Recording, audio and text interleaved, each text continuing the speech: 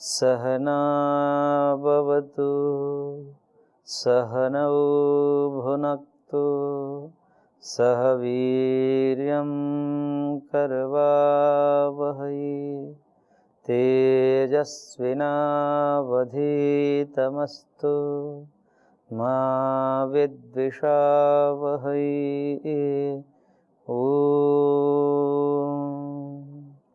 शांति शांति शांति। ओम श्री परमात्मा नमः। न्याय दर्शन के हम चौथे अध्याय के दूसरे आह्निक के चौथे प्रकरण बाह्यार्थ भंग निराकरण प्रकरण पर विचार कर रहे थे,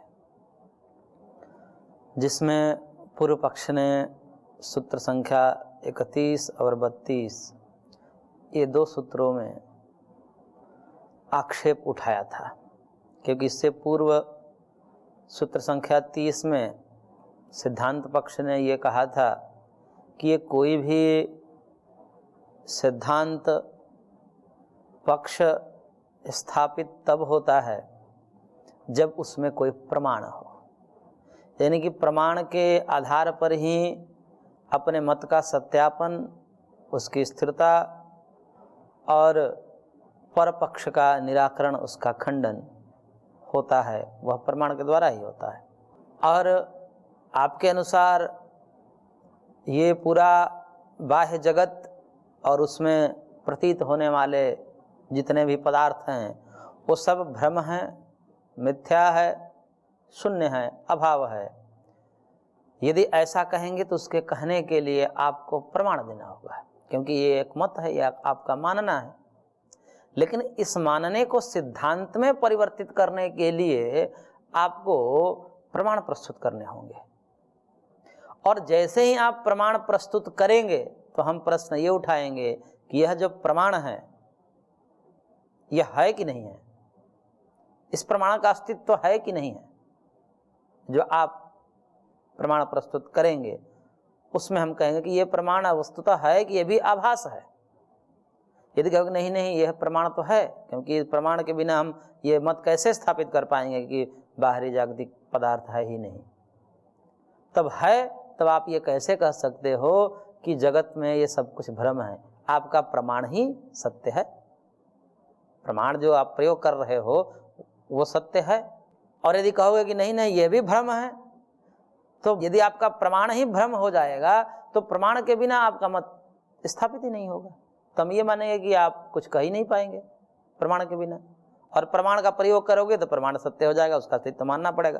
फिर ये कहना कि कुछ है ही नहीं, ये सब मिथ्या हो जाएगा। तो इस प्रकार से प्रमाण के माध्यम से सिद्धांत पक्ष ने ये कहने का प्रयत्न किया कि प्रमाण यदि मानते हैं तो आपका मत सिद्ध हो सकता है, और जैसे ही प्रमाण को मानते हो तो हम ये कहेंगे कि प्रमाण तो है, तो सब कुछ है ही नहीं, सब भ्रम है, ये कैसे कह सकते हो, क्योंकि आपका प्रमाण ही सत्य है। और यदि प्रमाण सत्य नहीं, वो भी भ्रम है, मिथ्या है, तो फिर प्रमाण के बिना ये मत ही स्थापित नहीं हो सकता। इस प्रकार से प्रमाण की उपपत्ति और अनुपपत्ति के माध्यम से महर्षि ने दोनों तरफ से उसको बांधने का प्रयत्न किया। अब प्रमाण को लेकर के जब प्रमाण पर इस प्रकार का आक्षेप महर्षि के द्वारा दिया गया, तब एक आक्षेप और करता है प्रमाण को लेकर के पूर्व पक्ष। सूत्र संख्या 31 और 32 उसमें कहा कि ये जो भी आप प्रमाण प्रमेय करते हो ना, ये सारे प्रमाण प्रमेय ये कुछ है ही नहीं, ये स्वप्न विषय अभिमानवद अयम प्रमाण प्रमेय अभिमान, कि स्वप्न में जैसे विषय प्रतीत होते हैं, स्वप्न में पदार्थ जैसे दिखते हैं, ऐसे ही आपके प्रमाण प्रमेय जिसको आप कह रहे हो वो भी ऐसे ही है। ये सब कुछ भ्रम है, तो कुछ भी ये प्रमाण प्रमेय होते नहीं है, सब भ्रम है, मिथ्या है।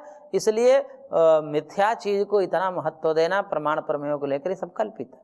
किस प्रकार से, तो 32 नंबर सूत्र में उसको उदाहरण के द्वारा स्पष्ट किया।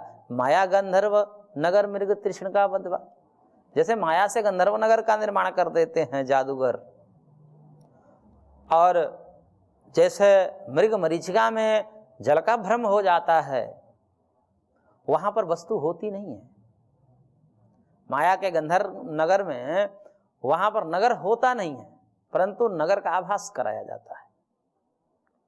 और ऐसे ही मृग मरीचिका में जल होता नहीं है, लेकिन जल का आभास होता है। देखने में दूर से यही लगेगा कि है। जैसे पर्दे पर सिनेमा चलता है तो उसमें लगता है कि ये सब है, वास्तविक है, परंतु वो कैसा है? आभासी है। वो आभास होता है, वस्तु तत्व नहीं है वो। यथार्थ में वो पदार्थ वहां पर होता नहीं है, परंतु दिखता है। तो उसे दिखने के कारण आप उसको यथार्थ नहीं मान सकते। कोई वस्तु दिख रही है तो दिखने मात्र से वो सत्य हो ऐसा संभव नहीं है। सत्य हो भी सकती है और सत्य नहीं भी हो सकती है, परंतु पूर्व पक्ष यहां पर यह करना चाह रहा है कि जो भी वस्तु दिख रही है वो सब भ्रम ही है, आभास ही है नहीं वस्तु। वो वस्तु वहां पर यथार्थ में नहीं है, वो सब आभास है।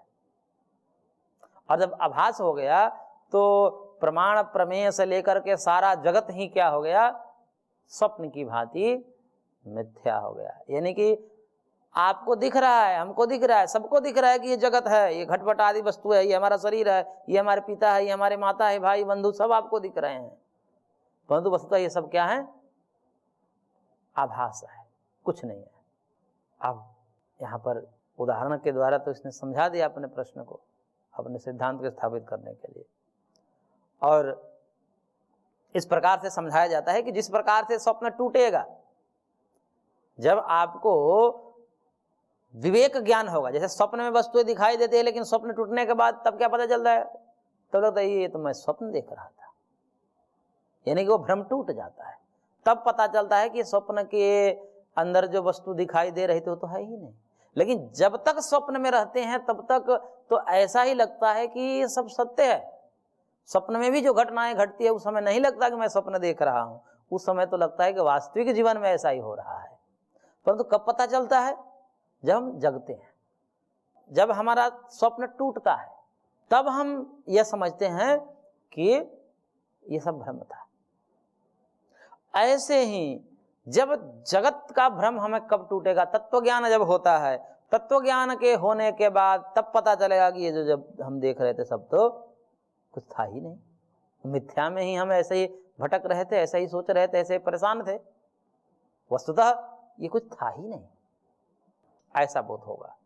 तो उसी को लेकर के, हालांकि वो तत्व ज्ञान के आधार पर तो बौद्ध ऐसा नहीं कहता, लेकिन कुछ एक ऐसे संप्रदाय हैं उसमें यह माना जाता है, जैसे कि शंकराचार्य जी का सिद्धांत भी लगभग यही माना जाता है। और ऐसा कहा जाता है कि प्रच्छन्न बौद्ध हैं। प्रच्छन्न बौद्ध इसलिए कहा जाता है कि बौद्धों का सिद्धांत है, जो अभी चर्चा चल रही है जिस सिद्धांत की, वो बौद्धों का सिद्धांत है। और उस सिद्धांत के ही अनुरूप उनका भी सिद्धांत है। अंतर इतना है कि वह वेद को मानते हैं, ईश्वर को स्वीकार करते हैं, उन चीज़ों को वेद के आधार पर सिद्ध करते हैं। और बौद्ध है वो अपने दिमाग से सिद्ध करता है, वो वेद को न मानते हुए सिद्ध करता है, ईश्वर को न मानते हुए सिद्ध करता है। तो इस प्रकार से अंतर है, लेकिन सिद्ध वही करते हैं कि ये सारा जगत मिथ्या है, स्वप्न की भांति है। जीवो ब्रह्मैव नापरः, ब्रह्म सत्यम जगन मिथ्या, जीवो ब्रह्मैव नापरः। ब्रह्म ही सत्य है, उसके अतिरिक्त सब कुछ क्या है? जगत आदि ये सब मिथ्या है। और मिथ्या को समझाने वाले लोग भी स्वप्न के दृष्टांत देकर के उसको सिद्ध करने का प्रयत्न करते हैं। तो इसलिए वहां पर उनको प्रच्छन्न बौद्ध के रूप में कहा जाता है कि ये सिद्धांत वस्तुतः बौद्धों का है, लेकिन उस सिद्धांत को थोड़ा सा वेद के माध्यम से, आस्तिकता के माध्यम से सिद्ध करने का प्रयास कर रहे हैं, लेकिन सिद्धांत लगभग वैसा ही है। इसलिए उसका भी खंडन किया जाता है कि ऐसा नहीं है कि जो कुछ दिख रहा है वो सब भ्रम है। उसके लिए महर्षि ने यहाँ पर एक सूत्र दिया, सूत्र संख्या 33 में कह रहे हैं कि हेत्वाभावाद सिद्धि, ये जो आप कह रहे हो दृष्टांत के माध्यम से कि जगत सब क्या है? सपना है, स्वप्न की भांति है, कुछ है ही नहीं। जो भी चीजें दिख रही है जैसे स्वप्न में दिखता है वैसे ही समझिए दिख रहा है, इसकी कोई सत्ता वास्तविक नहीं है, और स्वप्न में जैसा दिखता है वैसा ही है। ये आपने स्वप्न का दृष्टांत दिया। या माया के गंधर्व नगर या मृग तृष्णिका का जो आपने उदाहरण दिया, उसके माध्यम से आपने अपने मत को दृष्टांत के माध्यम से सिद्ध करने का प्रयत्न किया। परंतु यहां पर हेतु का अभाव है, हेत्वाभावात्, हेतु का अभाव होने से आपका मत सिद्ध नहीं हो सकता, क्योंकि केवल दृष्टांत दे करके ये कहना बिना हेतु का, बिना कोई कारण के, प्रतिज्ञा ये आपकी है कि भाई जगत के जितने भी पदार्थ है वो सब भ्रम है, आभास है, बीच में आपको हेतु देना चाहिए, क्योंकि किसी सिद्धांत को सुदृढ़ करने के लिए पंचावयव की परंपरा है कि पहले आप प्रतिज्ञा करो, फिर हेतु दो, तब उदाहरण दीजिए। हेतु को समझाने के लिए उदाहरण दिया जाता है, लेकिन आपने हेतु तो दिया नहीं, सीधे सीधे उदाहरण दे दिया कि जैसे स्वप्न में वस्तुएं आभासित होती है ऐसे ही यह आभास हो रहा है। फिर करेंगे हम कहें कि जिस प्रकार से जागृत में वस्तुएं आभासित होती है, दिखती है, आभासित नहीं होती, अपितु दिखती है, वैसा ही ये वस्तुएं दिख रही है। क्या ऐसा नहीं हो सकता? हम भी दृष्टांत दे सकते हैं जागृत का। आप स्वप्न का दृष्टांत देकर के अपना मत को सिद्ध कर रहे हो, और हम जागृत का दृष्टांत देकर के अपना मत सिद्ध कर सकते हैं कि जैसे जागृत काल में वस्तुएं दिखाई देती है वैसे ही सब दिखाई दे रही है, यानी कि जागृत काल है। तो केवल दृष्टांत देख करके अपने मत को सिद्ध नहीं किया जा सकता। हेतु के अभाव होने के कारण आपका पक्ष जो है हेत्वाभास नामक दोषों से ग्रसित है, क्योंकि एक अंश पंचावय में से ही नहीं, और जब ये 5 स्तंभ होने चाहिए अपने मत को सिद्ध करने के लिए, उसमें एक स्तंभ गायब है आपका, और जो वो मुख्य स्तंभ है, हेतु मुख्य स्तंभ होता है, उदाहरण तो तीसरे नंबर पर आता है। वो तो उदाहरण यदि नहीं भी होवे तो जानकार लोग केवल हेतु से समझ लेते हैं कि इसका कहना क्या है, जब नहीं समझ में आता तब दृष्टांत दिया जाता है, और आप तो अपने मुख्य स्तंभ को ही गायब कर दिया। केवल दृष्टांत के माध्यम से आप अपने मत को कैसे सिद्ध कर सकते हो? तो हेतु के अभाव होने के कारण असिद्धि, ये आपका मत सिद्ध नहीं हो सकता, क्योंकि कोई भी मत हेतु के बिना सिद्ध नहीं होता। इसलिए हेत्वाभावात्, हेतु का अभाव होने से ये आप अपने मत को सिद्ध नहीं, केवल दृष्टांत के बल पर प्रतिज्ञा करो दृष्टांत दो, प्रतिज्ञा करो दृष्टांत दो, ऐसे शास्त्रार्थ नहीं होता है। ये सामान्य रूप से समझाने के लिए प्रवचन आदि में तो कर देते हैं समझाने के लिए, परंतु जब शास्त्रार्थ में आते हैं तो वहां पर हेतु देना पड़ता है, कारण बताना पड़ता है, मुख्य कारण क्या है, तब दृष्टांत दिया जाता है उस हेतु को समझाने के लिए। तो आपने हेतु कुछ दिया ही नहीं, सीधे आपने कह दिया कि स्वप्न के समान है जी। मैं कहूँ कि स्वप्न के समान क्यों है, जागृत के समान क्यों नहीं है? अब इसका समाधान क्या है आपके पास? यदि पूछा जा सकता है कि ये स्वप्न के समान ही क्यों है, जागृत के समान क्यों नहीं है, इसमें आपको तो कुछ तर्क देना पड़ेगा। आप ऐसे उदाहरण देकर के निकल लिए तो कह रहे कि ये शास्त्रार्थ की परंपरा नहीं है, हेतु का अभाव होने से आपका मत सिद्ध नहीं हो सकता। तो इस प्रकार से यहाँ पर हेतु के अभाव में इस पक्ष को दूषित माना कि आपका ये कहना हेतु के बिना ही केवल दृष्टांत मात्र से ठीक नहीं है। और ये जो आप कह रहे हैं कि स्वप्न की भांति ये सब मिथ्या है, तो क्या आप स्वप्न को अभावात्मक मानते हैं? स्वप्न में जो चीजें दिखाई देती है उसका भी तो कोई आधार होगा, ऐसे ही थोड़ी वस्तु दिखाई दे रही है। किस कारण से दिखाई दे रही है? बिना कारण का कोई कार्य नहीं होता। यदि अभाव मान रहे हो, ठीक है, वस्तु आभासित हो रही है, लेकिन किस कारण से आभासित हो रही है? बिना कारण के कोई वस्तु आभासित नहीं हो रही। जैसे मृग मरीचिका में जल का भ्रम होता है, वहां पर भी तो कुछ आधार होता है, बिना आधार के वो जल भ्रम पैदा नहीं करता। वहां पर प्रकाश आदि कारण होते हैं, वो गर्मी प्रकाश आदि कारण होता है, उसी में वो प्रतीत होता है। ऐसे ही जो सिनेमा में पर्दे पर दिखाते हैं, वहां पर भी प्रकाश और पर्दे आदि की सहायता से भ्रम पैदा किया जाता है, वो भी निराधार नहीं होता। यदि भ्रम भी हो रहा है तो भ्रम से भी एक मूल जो उसका आधार है, जो भावात्मक है, जो सत्य है, वो सिद्ध होता है। चलो भ्रम मान लेते हैं कि स्वप्न भ्रम होता है, लेकिन स्वप्न भ्रम कहने से ये बात सिद्ध होती है कि भ्रम से अतिरिक्त भ्रम पैदा करने वाला भी कोई सत्य आधार है। जैसे रस्सी में सांप का भ्रम हो रहा है, तो सांप का जो ज्ञान हो रहा है वो तो भ्रम है। रस्सी में सांप का ज्ञान है वो भ्रम है, वो आभास जो हो रहा है वो तो भ्रम है।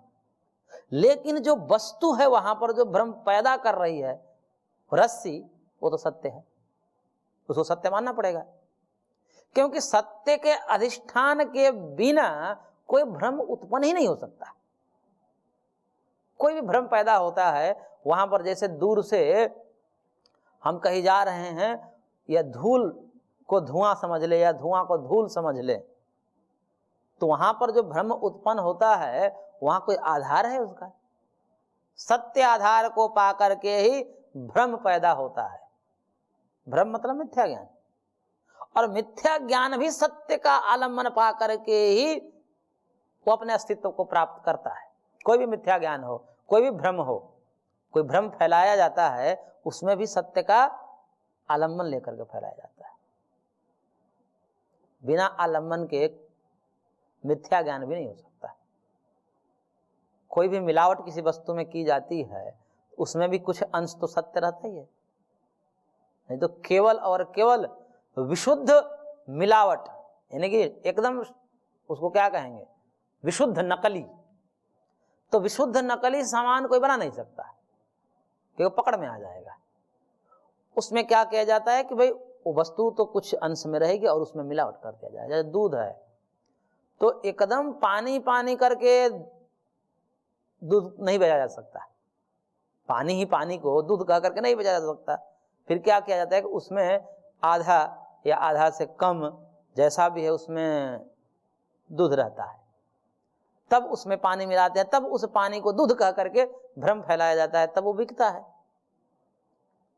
तो वहां पर भी जो अब 1 लीटर दूध में आधा लीटर पानी करके 1.5 लीटर बना दिया, अब 1.5 लीटर कह करके बेचा जा रहा है, क्या ये 1.5 लीटर दूध है, ये कहा जा रहा है 1.5 लीटर दूध है, लेकिन उसमें क्या है कि आधा लीटर पानी है, ये झूठ बोला जा रहा है।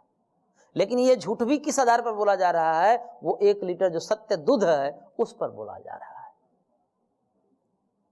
तो कोई भी मिथ्या ज्ञान है, कोई भी असत्य है, कोई भी भ्रम है, वह भी कोई सत्य को लेकर के, कोई सत्य आधार को लेकर के ही उत्पन्न होती है और उससे भ्रम पैदा होता है। तो जो स्वप्न हम देखते हैं, वो स्वप्न भी यह हमें बता रहा है कि कहीं ना कहीं सत्ता है किसी पदार्थ की। सत्य के आश्रय से ही वह स्वप्न में वस्तुएं प्रतीत होती है। जैसे जो जो पदार्थ, जो जो वस्तुओं का अनुभव हम इस जगत में करते हैं, उसी को हम स्वप्न में देखते हैं। उल्टा पुल्टा देख लेंगे, लेकिन कोई भी ऐसा पदार्थ, ऐसी वस्तु स्वप्न में दिखाई नहीं देगी जिसको ना आपने देखा है, ना आपने सुना है, ना आपने चखा है, ना आपने स्पर्श किया है। ऐसी कोई वस्तु अनुभव में आ ही नहीं सकती। जो भी हम देखते हैं वो या तो कहीं सुने हैं, कहीं देखे हैं, वही हमें दिखाई देती है। बस मिश्रण हो जाता है, उल्टा पुल्टा हो जाता है कि मनुष्य के ऊपर मान लो कि सिंह दिखाई दे देगा, सिंह भी हमने कहीं देखा है गाय आदि पर, और मनुष्य भी देखा है, तो गाय का सिंह मनुष्य पर चढ़ जाता है, उल्टा पुल्टा हो जाता है। लेकिन जो दिख रहा है वो सत्य ही दिख रहा है। सिंह भी हमने कहीं देखा है, मनुष्य भी कहीं देखा है। अब मनुष्य पर सिंह दिखाई दे रहा है, वो जो दिखाई दे रहा है उसमें एक एक वस्तु को हमने देखा, जाना, सुना है। तो इस प्रकार से भ्रम से भी ये बात सिद्ध होती है कि सत्य, वास्तविक कोई पदार्थ होता है। वो क्या है, उसके लिए महर्षि आगे सूत्र दे रहे हैं। सूत्र संख्या 34 में कह रहे हैं कि स्मृति संकल्प वच्च स्वप्न विषयाभिमान, कि स्मृति और संकल्प के समान स्वप्न में विषयों का अभिमान होता है। स्मृति क्या है? स्मृति कभी भी उत्पन्न होती है, पूर्व अनुभूत की ही स्मृति होती है। जो हमने पहले अनुभव कर लिया, अनुभव किसी प्रकार से हो, देखने से हो, सुनने से हो, सूंघने से हो, चखने से हो, स्पर्श करने से, किसी प्रकार से उस पदार्थ की ही कालांतर में स्मृति होगी। अभी हम न्याय दर्शन का अध्ययन कर रहे हैं, कालांतर में इसकी स्मृति आएगी। हम न्याय की कक्षा में ये सूत्र का अध्ययन किया था, ये सूत्र आया था, इस विषय में न्याय में ऐसा कहा गया था, कालांतर में स्मृति आएगी। वो क्यों आएगी स्मृति? क्योंकि हमने कभी न कभी इसको पढ़ा था, यथार्थ में हमने उसको देखा था, सुना था, तब जाकर के वो स्मृति उत्पन्न होती है। यानी कि वो स्मृति उत्पन्न, स्मृति जब उत्पन्न होगी वह तो वहां पर वस्तु होगी नहीं, लेकिन ऐसा उस समय लगता है कि वो बातें याद आती है, अंदर में ऐसा लगता है कि वो सूत्र उनके मुखों से हमने सुना था। जैसे गुरुजनों से कोई बात हमने सुने होते हैं तो वो ऐसे मन में बैठ जाता है कि जैसे लगता है कि वो बोल रहे हैं, वो बोल नहीं होते हैं, लेकिन स्मृति के माध्यम से ऐसा लगता है कि वो बोल रहे हैं, वहां होते नहीं है। लेकिन ये जो स्मृति भी एक प्रकार का क्या है, भ्रम ही समझिए उसको, कि ना होते हुए भी हमको आभास करा रही है, पूर्व में बीते हुए का कालांतर में जो अनुभव करा रही है, ठीक उसी बात को, बीती हुई बात को एक एक करके जो जो घटा हुआ है वो हमारी स्मृति में अंदर ऐसा लग रहा है कि वो चल रहा है, वो चित्र चलता है। जो दृश्य हमने देखा, सुना, तो स्मृति जब आती है तो ऐसा लगता है कि वो वस्तु हमारे सामने है, होती नहीं लेकिन लगता है, आभास होता है, ऐसा अनुभव ये सबको होता है। किसी के पिता नहीं रहे, लेकिन जब पिता का स्मरण करते हैं तो चित्र आ जाता है सामने, ऐसा लगता है कि ऐसे थे, इनका ऐसा चेहरा था, ये सब ऐसे बोलते थे, उनको लगता है कि वैसे बोल रहे हैं। तो वो जो स्मृति भी क्या है, भ्रम है एक प्रकार का, वैसा होता नहीं लेकिन आभास होता है। लेकिन वो भी किस आधार पर होता है, वो कहीं ना कहीं उनको देखा है, उनके वचनों को सुना है, इस कारण से ऐसा उनको भ्रम होता है। तो स्मृति जिस प्रकार से होती है और संकल्प जिस प्रकार से होते हैं, संकल्प भी यानी संकल्प इच्छा, किसी चीज को प्राप्त करने की इच्छा हमें होती है, वो किसकी इच्छा होती है? जो वस्तु हमने पूर्व में अनुभव किया है उसी की इच्छा होगी, उसको जानने की, उसको चखने की, उसको सूंघने की, उसको सुनने की। जिससे भी हमें सुख मिला है तो उसके जानने की, उसके सुनने की, उससे चखने की, उसके स्पर्श करने की इच्छा तभी होगी जब हमने पूर्व में अनुभव कर लिया है। यानी कि स्मृति और संकल्प किस बात को संकेत कर रहे हैं? वस्तु तत्व का संकेत कर रहे हैं कि वस्तु ही है जो इच्छा हो रही है, इसका मतलब हमने पूर्व में कभी न कभी इसका अनुभव किया है। स्मृति हो रही है, इसका मतलब पूर्व में हमने कभी इसका अनुभव किया है। ऐसे ही जो स्वप्न दिखाई दे रहे हैं, इसका भी यह तात्पर्य है कि पूर्व में हमने इस वस्तु को यथार्थ रूप में कहीं देखा है। ऐसा नहीं हो सकता। रस्सी में सांप का भ्रम हो रहा है तो चलो रस्सी में सांप का भ्रम हो रहा है, लेकिन सांप में सांप को हम यथार्थ रूप से कहीं ना कहीं देखा है। नहीं तो सांप का भ्रम क्यों होगा? जब सांप है ही नहीं इस जगत में तो रस्सी में सांप का भ्रम कैसे होगा? सांप में सांप को हमने ठीक ढंग से पहले कहीं अनुभव किया है, अब यहां पर मिथ्या हो रहा है, यानी कि रस्सी में वो अध्यस्त हो जाता है सांप मिथ्या ज्ञान के कारण, तो वह उल्टा पुल्टा हो जाता है। लेकिन यदि हम वस्तु तत्व के रूप में सर्प को स्वीकार ही नहीं करेंगे तो भ्रम होगा? नहीं हो सकता। तो इसलिए भ्रम भी सत्य को सिद्ध करता है, असत्य भी सत्य को सिद्ध करता है, मिथ्या ज्ञान भी सद्ज्ञान को सिद्ध करता है। तो इससे सत्य तिरोहित नहीं हो जाता, अभी तो सत्य दृढ़ होता है। आपका भ्रम कहने से सत्य और दृढ़ होता है, आपको मिथ्या ज्ञान कहने से भी सद्ज्ञान और दृढ़ होता है, वो सिद्ध होता है। तो इस प्रकार से महर्षि ने स्वप्न के माध्यम से वस्तु तत्व को सिद्ध करने का प्रयास किया। आगे हम और देखेंगे। आज की कक्षा को यहीं पर विराम देते हैं, शेष अगले अंक में।